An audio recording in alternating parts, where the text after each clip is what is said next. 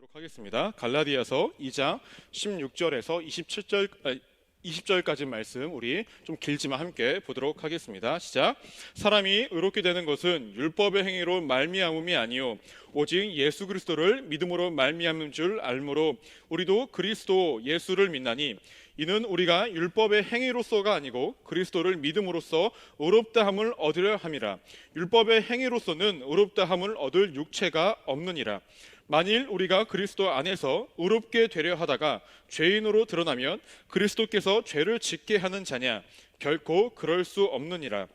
만일 내가 헐었던 것을 다시 세우면 내가 나를 범법한 자로 만드는 것이라. 내가 율법으로 말미암아 율법에 대하여 죽었나니 이는 하나님에 대하여 살려 함이라. 내가 그리스도와 함께 십자가에 못 박혔나니 그런즉 이제는 내가 사는 것이 아니요 오직 내 안에 그리스도께서 사시는 것이라. 이제 내가 육체 가운데 사는 것은 나를 사랑하사 나를 위하여 자기 자신을 버리신 하나님의 아들을 믿는 믿음 안에서 사는 것이라. 아멘. 오늘 저는 갈라디아서 2장 16절에서 20절까지의 말씀을 근거로요, 말씀 제목이 믿음은 정주행 그리고 삶은 역주행이라는 제목으로 함께 은혜를 나누고자 합니다. 다 같이 한번 따라해 볼까요? 믿음은 정주행, 삶은 역주행. 네.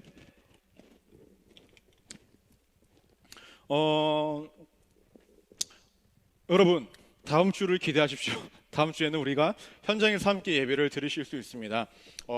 지금 유튜브 온라인으로 함께 들으시는 분들을 포함해서 현장에 나오고자 원하시는 모든 분들을 함께 이 자리에서 예배를 드리실 수 있으니 예배 시간 잊지 않으셨죠? 1시 15분까지 늦지 않게 오셔서 함께 기도부터 시작해서 우리 예배에 함께 해주시기를 부탁드리겠습니다.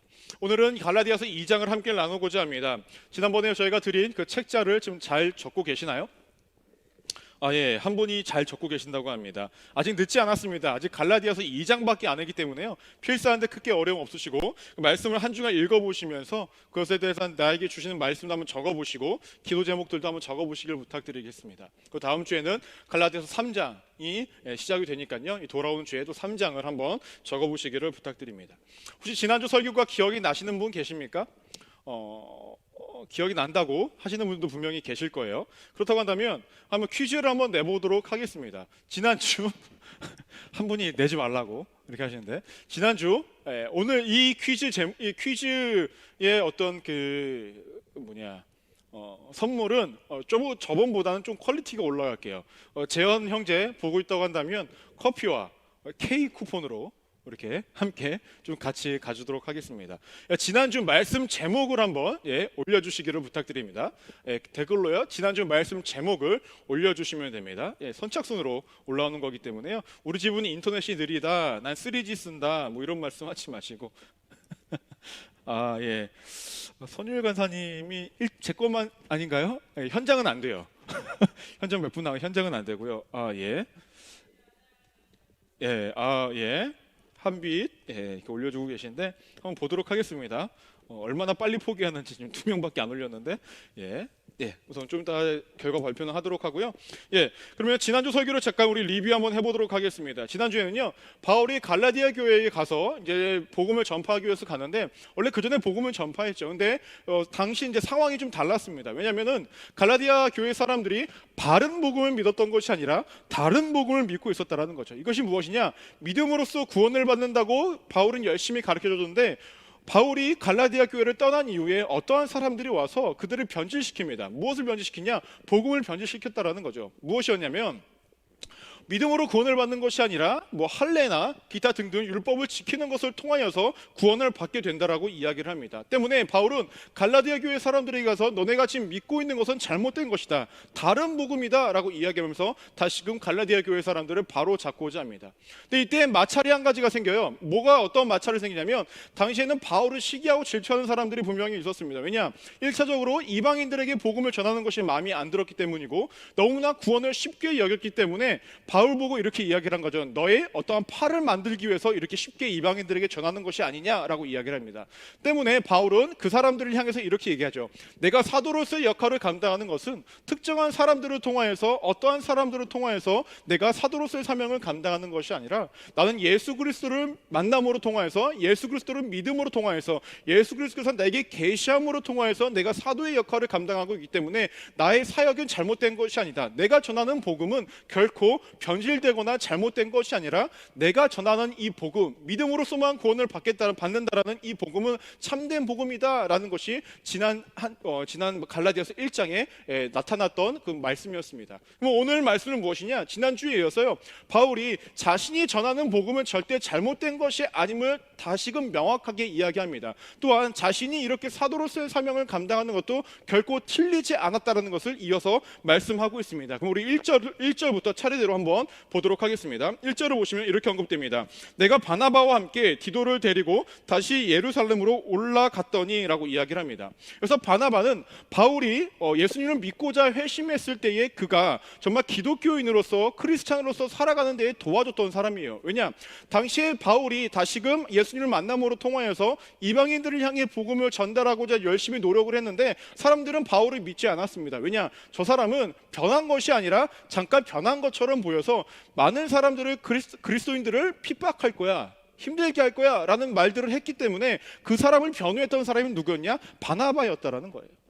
바나바는 정말로 바울과 함께 이렇게 동행했던 사람들이었습니다. 바울이 초기에 활동을 할 때는 바울의 명성보다 바나바의 명성이 더 높았습니다. 그런 명성이 좀 더 있던 사람이 누구를? 바울을 품었다라는 거죠. 그래서 어쨌든 이 사람과 함께 있었다는 거죠. 더 나아가서 디도는 누구냐? 바울의 사역을 열심으로 도왔고 바울을 참으로 좋아했던 사람들입니다. 중요한 것은 이 사람들이 어디로 가냐? 예루살렘으로 이동했다라고 이야기합니다. 왜 이들은 예루살렘으로 이동을 했을까라는 거죠. 2절 말씀을 보면 이렇게 언급이 되어집니다. 계시를 따라 올라가 내가 이방 가운데서 전파하는 복음을 그들에게 제시하되 유력한 자들에게 사사로이 한 것은 내가 다름질하는 것이나 다름질한 것이 헛되지 않게 하려 함이라 라고 얘기합니다. 1차적으로 예루살렘에 간 것은 유력한 이들을 만나고자 한 거였대요. 유력한 이들. 이 유력한 이들이 누구냐? 한마디로 유명한 사람들이에요. 구절을 보시면 이 사람들이 누구냐면 야고보와 게바와 요한이라는 이 사람들이었습니다. 이 야고보와 베드로와 이 요한이라는 사람은 예수님이 12명의 제자들 중에서도 따로 데리고 다녔던 그런 사람들 중에 한 명이었어요. 때문에 당시에 기독교에서는 사람들 사이에서 신앙적으로, 어떤 명성적으로 어떤 방구 좀 낀다는 사람들이었다는 거죠. 그만큼 좀 영향력이 있는 사람들이었어요. 왜 바울은 이 사람들을 만나러 갔을까라는 거죠. 왜 갔을까요? 오늘 말씀을 보니까요, 이렇게 나옵니다. 내가 이방 가운데서 전파하는 복음을 그들에게 제시하되 유력한 자들에게 사사로이 한 것은 내가 다름질하는 것이나 다름질한 것이 헛되지 않게 하는 것이다 라는 겁니다. 무엇이냐? 자기가 지금까지 하고 있는 이방인들 향해서 복음을 제시하고 복음을 전파하는 이것이 잘못된 것이 아님을 공식적으로 인증받기 위해서 간 거예요. 자신이 잘못하고 있나 잘하고 있나 이것을 확인받으러 간 것이 아니라 그 사람들은 명성이 있기 때문에 그들에게 어떻게 하죠? 공식적으로 인정을 받기 위해 간 거예요. 이것을 바울이 자신의 마음대로 간 거냐? 아닙니다. 2절 말씀 처음을 보면 뭐라고 나오냐? 계시를 따라 하나님이 시키셨다라는 거예요. 하나님이 바울에게 어떠하죠? 이 유력한 자들, 이 유명한 사람들에게 가서 너가 활동하는 데에 제한을 받지 않도록 공식적으로 인정을 받게끔 올라가라고 말씀하신 것입니다. 이것에 대한 결과는 9절에서 언급이 되어집니다. 어떻게 뭐라고 말씀이 나오냐면 또 기둥같이 여기는 야고보와 게바와 요한도 내게 주신 은혜를 알므로 나와 바나바에게 친교의 악수를 하였으니 우리는 이방인에게로 그들은 할례자에게로 가게 하려 하림함이라 라고 얘기합니다. 당시의 사람들로부터도 어떻게 하죠? 바울은 인정을 받았다라는 거예요. 당신의 명성이 있고 유력한 자들한테, 유명한 사람들한테 어떻게 하죠? 공식적으로 바울이 활동하는 그 복음이, 바울이 활동하는 이방인에게 복음을 전하는 그 모습이 어떻게 하죠? 인정을 받았다라고 성경에서는 이야기를 합니다. 근데 지금부터 제가 말씀을 드리는 이 성경 이야기를 보면요, 바울이라는 사람이 참으로 융통성이 없는 사람이라는 것, 사람에게 정말 잘 보일 마음이 1도 없다라는 것이 여실히 드러납니다. 어떻게 나냐면 11절 말씀을 보시면 이렇게 나타납니다. 게바가 안디옥에 이르렀을 때에 책망받은 일이 있기로 내가 그를 대면하여 책망하여노라라고 얘기합니다. 베드로가 안디옥에 있을 때에 책망받을 일이 있었는데 어떻게 하죠? 바울이 베드로를 책망했다라는 거예요. 제가 아까도 말씀을 드렸지만 베드로라는 사람은 당시에 기독교에서의 어떻게 보면 최고의 어떤 권위자, 또 명성을 가지고 있던 사람이에요. 근데 그 사람을 책망한 거예요. 누가? 바울이.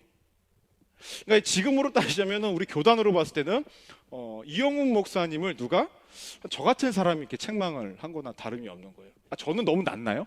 아무튼 저보다 좀 아무튼 그런 차원인 거예요. 근데 우리가 지금 바울이 이제 처음 사역을 시작하는 입장에서 어떻게 보면 베드로에게 잘 보일 필요도 있잖아요. 잘 보여서 좀 일이 술술 잘 풀리게끔 할 수도 있는데 바울은 어떻게 하냐? 베드로를 책망했다라고 얘기했다고 합니다. 그 이유가 무엇일까? 12절과 13절 말씀을 보면 언급이 되어집니다. 12절 말씀 우리 다 같이 한번 읽어볼까요? 시작. 야고보에서 온 어떤 이들이 이르기 전에 게바가 이방인과 함께 먹다가 그들이 오매 그가 할례자들을 두려워하여 떠나 물러가매 남은 유대인들도 그와 같이 외식함으로 바나바도 그들의 외식에 유혹되었느니라 라고 얘기합니다. 당시 유대인들은요 이방인들과 식사하는 것이 불결한 것, 정결하지 못한 것으로 여겼다고 합니다. 근데 제가 지난주에도 말씀드렸지만 갈라디아서에서 어떤 사람들, 어떤 이들이 나오면 이 사람들이 갈라디아서에서는 부정적인 인물이에요. 이 사람들이 오다 보니까 바울이 어떻게 하죠? 이방인들과 함께 식사를 하고 있다가 어떻게 하면 그 자리를 회피합니다. 왜냐? 자신이 이방인들과 식사한다는 것이 어떻게 보면은 책망받을 수 있는, 유대인들에게는 책망받을 수도 있는 일이었기 때문에 그 자리를 피해요. 근데 자신만 피하면 되는데 함께 있는 사람도 베드로가 피하니까 같이 피하고, 그렇게 믿었던 바나나가 아니죠. 바나바마저도 어떻게 하죠? 그 자리에서 유혹되었다라고 이야기를 합니다. 혹시 여러분들 그 성경에서 봤을 때에 중요한 것은 무엇이냐? 항상 먼저 믿는 자들의 위치가 너무나 중요하다라는 거예요. 왜냐?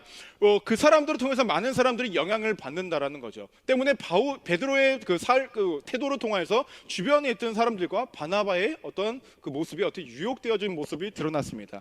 근데 제가 아까도 말씀드렸듯이 만약에 바울이 이때에 베드로를 책망하지 않고 눈 감아 줬다고 한다면 그의 앞으로의 사역의 인생은 조금 더 인간적으로 편했을 수도 있습니다. 하지만 그는 그렇게 하지 않았죠. 왜냐? 이방인들에게 복음을 전하는 한 사람으로서 자신마저도 그러한 모습을 보인다고 한다면 이방인들은 분명히 흔들릴 것을 바울은 알았다라는 거죠. 더 나아가서 바른 복음으로 다시는 자신이 설교를 할 수 없기 때문에, 복음을 전파할 수 없기 때문에 어떻게 합니까? 바울은 끝까지 베드로를 책망하는 모습을 그리고 있습니다. 그리고 우리가 함께 읽은 말씀에서 바울은 우리가 의롭게 되는 것은 우리의 특정한 행동 때문이 아니라 오로지 믿음 때문이라고 16절에서 3번이나 언급합니다. 16절 말씀을 한번 볼까요? 사람이 의롭게 되는 것은 율법의 행위로 말미암음이 아니요 오직 예수 그리스도를 믿음으로 말미암은 줄을 알므로 첫 번째로 나왔습니다. 두 번째, 우리도 그리스도 예수를 믿나니 이는 우리가 율법의 행위로서가 아니고 그리스도를 믿음으로 의롭다함을 얻으려 함이라 라고 두 번째 나옵니다. 세 번째는 율법의 행위로서는 의롭다함을 얻을 유치가 없느니라 라고 3번이나 이렇게 이야기합니다.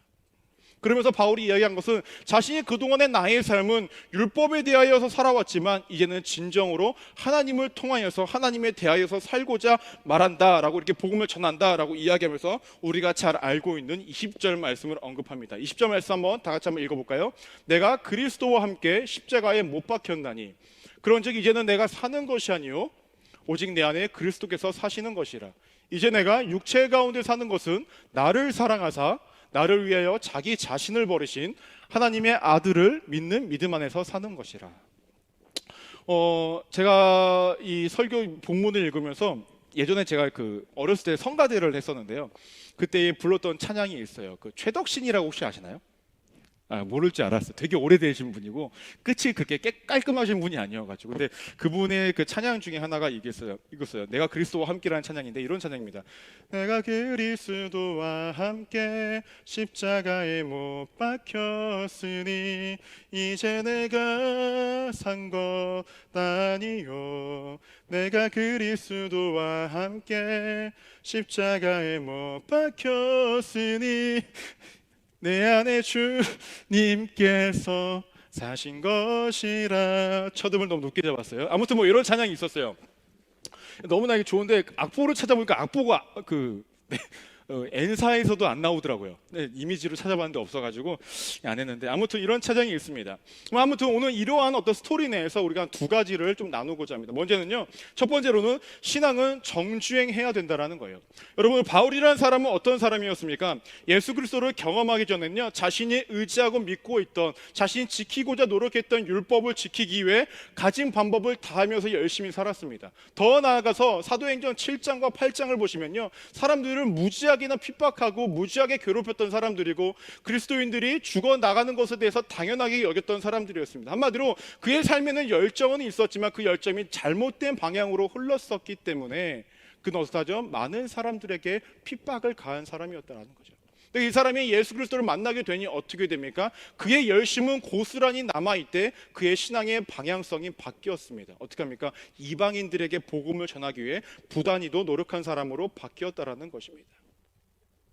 그러면서 그가 이야기를 합니다. 나는 어떠한 상황과 환경이 있을지라도 내가 의롭게 된다라는 것은, 내가 구원을 받을 수 있다라는 것은 오로지 믿음 때문에라는 것으로 사람들에게 전파하고 복음을 전달하고 있었다라는 겁니다. 때문에 그는 곤란한 상황이 올지라도 구원이라는 것은, 하나님의 자녀가 된다는 것은, 의롭게 된다는 것은 오로지 믿음으로만 가능하다고 그 길을 전파하며 곧게 걸어가는 사람이었습니다. 당대 권위가 있던 베드로마저도 이 믿음을 전파하기 위해, 이 믿음을 전하기 위해 흔들렸던 상황이 분명히 있었다라고 오늘 11절에서 이야기할 수 있었습니다. 하지만 흔들릴 수 있는 상황 가운데서도 바울은 어떻게 하죠? 신앙의 정주행, 정도를 걸어가고 있었다라는 겁니다. 바울이 이와 같이 행동을 할 수 있었던 이유가 무엇일까요? 바울이 어떠한 상황과 환경 가운데서도 오로지 믿음으로 우리는 구원을 받을 수 있습니다라고 고백하고 전파할 수 있었던 이유가 무엇일까라는 거예요. 하나님을 인격적으로 만나서 예수 그리스도를 사도행전 9장에 나오는 말씀처럼 인격적으로 경험했기 때문에, 우리 냉정하게 한번 이야기해 봅시다. 베드로는요, 예수님과 함께 다녔던 사람이에요. 인격적으로 경험했다면 베드로가 더 많은 경험을 했겠죠. 근데 베드로는 이러한 유혹에 빠졌는데 어떻게 합니까? 바울은 빠지지 않았다라는 거죠. 그러면 그는 어떻게 신앙의 정도를, 신앙의 정주행을 할 수 있었을까라는 겁니다. 첫 번째로 무엇이냐면요, 바울은 철저하게 과거의 삶이 죄인이었다라는 것을 인정하며 살았습니다. 바울 서신들을 보면요, 매번 등장하는 말이 있습니다. 자신은 과거에 많은 사람들을 핍박했던 사람입니다. 예수 그리스도를 핍박했던 사람이었고, 나는 율법 가운데 매여서 율법을 지키기만 힘썼던 사람이었습니다. 나는 그렇게 죄인이었습니다 라는 고백이 그의 모든 서신서에서 등장하고 있습니다. 한마디로 그가 흔들리지 않을 수 있었던 이유는 자기 스스로가 죄인임을 명확하게 인식하면서 살았기 때문에 그렇습니다. 때문에 자신은 믿음이 아니면, 믿음 때문에 구원받는 것이 아니면 자신은 구원을 받지 못한다는 것을 그의 마음 가운데 새기는 삶을 살았기 때문에 이렇게 어떠한 상황 가운데서도 복음만을, 바른 복음만을 전달할 수 있었다는 거죠. 두 번째로는 어떠한 것이 있었냐, 그의 마음에는 뜨거움이 있었기 때문에 가능했습니다. 그가 하는 사역을 우리가 다 지켜보면요, 어떠한 상황과 환경 가운데서도 흔들리지 않는 열정과 열심을 보였다는 것을 알 수 있습니다. 하나님을 향한 뜨거움과 영혼을 향한 뜨거움, 그것만으로도 그는 흔들리지 않을 이유가 되었다는 것입니다. 우리가 가끔 이런 이야기를 합니다. 우리는 하나님을 향한 첫사랑이 회복되어져야 된다고 이야기합니다. 왜냐? 첫사랑은 굉장히 뜨겁기 때문에 그렇죠.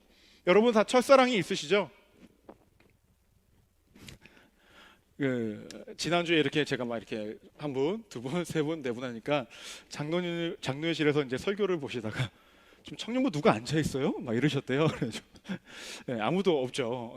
몇몇 지체들만 있는 상황인데, 혹시 다 첫사랑은 경험을 많이들 해보셨을까? 물론 이게 모태부터 솔로이신 분들도 분명히 있을 텐데, 첫사랑은요, 그 어떤 사람보다 굉장히 뜨겁죠. 저는 첫사랑이 있었을까요, 없었을까요? 첫사랑이 없는데 결혼했다고요? 첫사랑이 있었죠. 누굴까요? 맞아요, 사모님이에요. 저희 집에 네, 이 영상을 보고 있을 거예요. 여기까지만 넘어가고요. 바울이 그 신앙의 정주행을 할 수 있었던 것은 자신이 철저하게 죄인임을 인식하고 있었기 때문에 그 마음의 빚진 자로서 삶을 살았기 때문에 그것이 가능했다라는 거죠. 더 나아가서는 그 안에 하나님을 향한 뜨거움이 있었기 때문에 흔들리지 않았다라는 것입니다. 만약 바울에게 이러한 모습이 없었다면 그도 어떡하죠? 베드로와 다른 사람들처럼 다시금 예전의 모습으로 돌아가 신앙의 역주행한 모습이 있을 수 있었다라는 것입니다. 여러분들은 어떠하십니까? 신앙의 길을 걸어가실 때 정주행을 하고 계십니까? 정도로 걸어가고 계십니까? 아니면 나도 모르게 역주행을 하고 있습니까? 만약 내가 내 신앙이 어느 순간부터 사회를 사용화를 하다 보니 흔들리는 가운데 있다고 한다면, 내가 어떤 것들과 타협하고 싶은 마음이 든다고 한다면, 여러분 그때마다 기억하십시오. 나는 하나님의 십자가의 그 사랑에 빚진 자다. 나는 죄인이다라는 것을 잊지 마시기 바랍니다. 더 나아가 하나님 내 안에 그 뜨거움을 다시금 샘솟게 해달라는 기도를 하시기 바랍니다. 그럴 때에 우리가 어떻게 하죠? 신앙의 정주행을 걸어갈 수 있습니다. 항상 신앙의 정도를 걸어가고 정주행할 수 있는 우리 믿음의 지체들 되기를 주님의 이름으로 축원합니다. 두 번째로 우리가 기억해야 할 것은 무엇이냐? 삶은 역주행해야 된다는 거예요. 삶은 역주행해야 된다. 우리가 삶을 살아갈 때에, 인생을 살아갈 때에 윗사람들에게 잘 보여야 된다고 이야기를 합니다. 그러면 저는 뭐라고 이야기를 할까요? 여러분, 사회생활을 할 때 윗사람에게 잘 보여야 돼요 라고 하면 저는 어떤 대답을 할 것 같습니까? 나한테 잘해? 정답입니다. 무엇이냐면 윗사람들한테 잘해야 됩니다. 여기서 제가 잘해야 된다라는 말은 어떻게 아부를 떨라라는 것이 아니라 인격적으로 잘 돼야 된다라는 거예요. 더 나아가서 여러분들이 삶을 살아갈 때 필요한 능력치를 잘 발달시켜서 여러분들의 능력을 잘 보여줘야 된다라는 거예요. 인생을 살아갈 때에 기독교인들이 가장 큰 오류가 무엇입니까? 기도만 한다는 데 있죠. 세상 사람들은 열심히 노력을 합니다. 근데 우리는 열심히 기도만 합니다. 근데 하나님께서 우리에게 원하시는 삶은 무엇일까요? 열심히 기도도 해야 되는데 그 플러스 너네가 다른 사람들이 열심히 살아가는 것처럼 노력도 필요하다라는 거예요. 하나님 우리에게 그러한 것들을 요구하고 계시다라는 겁니다. 그래서 윗사람들에게 잘 보여야 된다는 것은 무엇이냐? 내가 준비되어 있는 나의 달란트와 나의 능력을 가지고 윗사람들에게 나의 능력을 보여줘야 된다라는 겁니다. 더 나아가서 내가 인격적으로 윗사람들에게 대할 수 있는 마음이 있어야 된다는 것입니다. 저는 이 설교를 우리 담임 목사님이 안 들으셨으면 좋겠습니다. 너 설교 그렇게 했지? 나한테 잘 보여라 라고 말씀하시면 꺼주세요. 아무튼 그런데 말입니다. 우리가 이 세상을 살아갈 때에 복음의 신앙적인 삶과 세상을 살아갈 때 대치될 때가 굉장히 많이 있어요. 내가 이렇게 살아간다고 한다면 굉장히 편한데 주님께서 가르쳐주신 말씀과는 정반대되는 상황이 분명히 나의 앞에 펼쳐질 때가 있다라는 거죠. 저는 그래서 이렇게 이야기합니다. 이럴 때일수록 우리는 삶을 역중해야 된다라고 이야기합니다. 분명히 우리도 베드로와 같은 상황이 우리의 삶 가운데 펼쳐질 거예요. 단순히 내 그 상황만 모면하면 모든 것들이 잘 펼쳐질 것 같다라는 생각이 들 때가 분명히 있습니다. 그런데 저는 여러분들에게 이야기합니다. 저는 여러분들이 적어도 이러한 상황이 펼쳐졌을 때에 베드로와 같은 삶을 사는 것이 아니라 바울과 같은 삶을 살라고 이야기하고 싶습니다.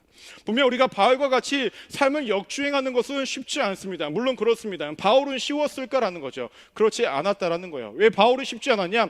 바울의 입장을 한번 조금 생각해 보겠습니다. 저는 유대인으로서의 삶을 살았을 때에 정말로 열심히 율법을 지켜 행하고 많은 사람들을 핍박하고 그리스도인들을 잡아서 순교시키고 너무나 힘들고 어렵게 했던 사람이에요. 근데 그 사람이 변했다고 기독교로 개종을 합니다. 기독교로 돌아왔을 때의 그 사람들의 반응은 어땠을까요? 유대인들은요, 바울을 어떻게 하죠? 세상말로 나쁜 사람으로 보죠. 세상말로 쓰레기로 봅니다. 왜? 우리를 배신했기 때문에. 기존에 있던 기독교인 사람들은 어떻게 보겠습니까? 바울을 믿지도 않습니다. 바울을 신뢰하지도 않는다라는 거예요. 그럼 바울의 입장에서는 누군가를 분명히 의지할 사람이 필요했고 누군가를 함께 자기가 손잡아줄 사람이 필요했는데 어떻게 합니까? 그 가운데서도 바울은 사람의 손을 잡는 것이 아니라 예수 그리스도의 손을 잡았다라는 것이 오늘 말씀에서 명확히 나타나고 있습니다. 우리 청년들이 이러한 삶을 살아가실 수 있습니까? 물론 지금 대학생분들은 많은 이런 부분들이 와닿지 않겠지만 사회생활을 하시는 분들은 많은 이런 부분들이 와 닿을 것입니다. 삶을 살아갈 때에 내가 굉장히 힘들고 어려울 때가 있다라는 거죠. 내가 삶을 살아갈 때 굉장히 고단하고 힘들 때가 분명히 있습니다. 그때마다 우리가 기억해야 될 것, 바울의 삶은 우리가 기억해야 된다는 것입니다. 제가 한 가지 이야기를 하면은 제가 전에 그 장교 생활을 했다라고 말씀드렸죠. 그러니까 뭐 군대 얘기 계속해서 미안한데 여러분들이 예를 한번 들어드리려고 합니다. 난 이렇게 잘 살았다라는 것을 말씀드리고자 한 것이 아니라 무엇을 말씀드리고자 하면요. 군대 생활, 장교 생활을 하면요. 이제 근무를 마치고 사람들끼리 회식을 가요. 근데 군대라는 공간 그 집단이 약간 명령 체계잖아요. 회식을 가면요. 꼭 이렇게 술을 권해요. 저에게 술을 꼭 권해요. 근데 제가 술을 안 먹는다고 얘기했죠. 왜냐 그 사람들도 압니다. 제가 목사를 할 사람이라는 것도 알고 내가 신학생이라는 것도 알아요. 근데 그래서 더 권했어요. 먹으라고. 그럼 저는 어떻게 했을까요? 먹는 척만 하고 안 마셨어요. 예. 근데 나중에는 알죠. 너 왜 안 마셔? 예. 그래서 안 먹다 보니까 나중에 어떻게 했냐, 회식을 할 때에 제가 맨날 당직 근무를 씁니다. 밤새는 근무를 제가 쓰게 돼요. 근데 이런 것들이 저는 그게 불편하지는 않았어요. 그냥 이겨내야 된다고 생각을 했습니다. 아무튼 제가 이거 잘했다라고 얘기하는 것이 아니라 제가 왜 그 당시에 술을 안 먹었을까라는 거죠. 단순히 그리스도의 삶으로 내가 술은 나쁜 것이야 이렇기 때문에 그랬을까요? 물론 그러한 이유도 있을 수 있죠. 근데 저는 그거보다 더 중요한 것이 있었습니다. 내가 그 자리에서 잠깐 모면하기 위해서 술을 한잔 한다고 한다면 그 사람들은 생각을 했을 거야. 야, 목사 준비하는 사람도 술 먹더라. 야, 기독교인도 술 먹더라. 야, 기독교회 다니는 사람은 별거 없더라 라고 이야기를 한다라는 거예요. 저는 이게 더 염려가 됐습니다. 단순히 술을 한 잔 먹고 안 마시고의 그런 문제보다는 나를 통하여서 삶이 비춰졌을 때에 많은 사람들이 받게 될 영향력이 너무나 더 중요하다고 생각을 했어요. 바울도 그렇기 때문에 어떻게든 자신의 신앙을 지키기 위해 노력했고 어떤 상황과 환경 가운데서 어떻게 하죠? 요동치 않았다라는 거예요. 바울은 그게 더 중요하다고 여긴 것입니다. 저는 여러분들도 이러한 삶을 살아가기를 소망합니다. 흔들릴 수 있는 많은 상황과 환경 가운데 내 삶을 통해 누군가가 또 흔들릴 수 있다는 것을 생각한다면 우리의 삶을 조금 더 조심할 수 있고 우리의 삶을 조금 더 되돌아볼 수 있지 않을까라는 것입니다. 오늘 말씀을 정리하고자 합니다. 오늘 말씀을 통해서 저는 여러분들에게 이야기합니다. 신앙은 무조건 정도를 걸어가십시오. 정주행하십시오. 하지만 우리의 삶은 우리가 그때마다 필요하다고 한다면 역주행하는 인생을 살아가야 합니다. 단순히 사람들에게 밑보이라고 말씀드리는 것이 아닙니다. 잘 보여야 합니다. 하지만 우리의 신앙과 대치되는 인생 가운데서 여러분들이 역주행하기를 소망합니다. 그렇게 역주행했을 때에 하나님이 여러분들의 수고와 노고를 다하시고 여러분들의 인생을 책임져 주신다는 것입니다. 복음을 부끄러워하지 마십시오. 복음 가운데 붙잡혀 살아가십시오. 복음 속에 살아가십시오. 그렇다고 한다면 바울을 새로운 삶으로 인도하셨던 하나님께서 여러분들을 새로운 삶으로 인도하실 것입니다. 그러한 삶을 살아가시는 여러분들이 되시기를, 우리 클레마 지체가 되기를 주님의 이름으로 축원합니다. 기도하시겠습니다.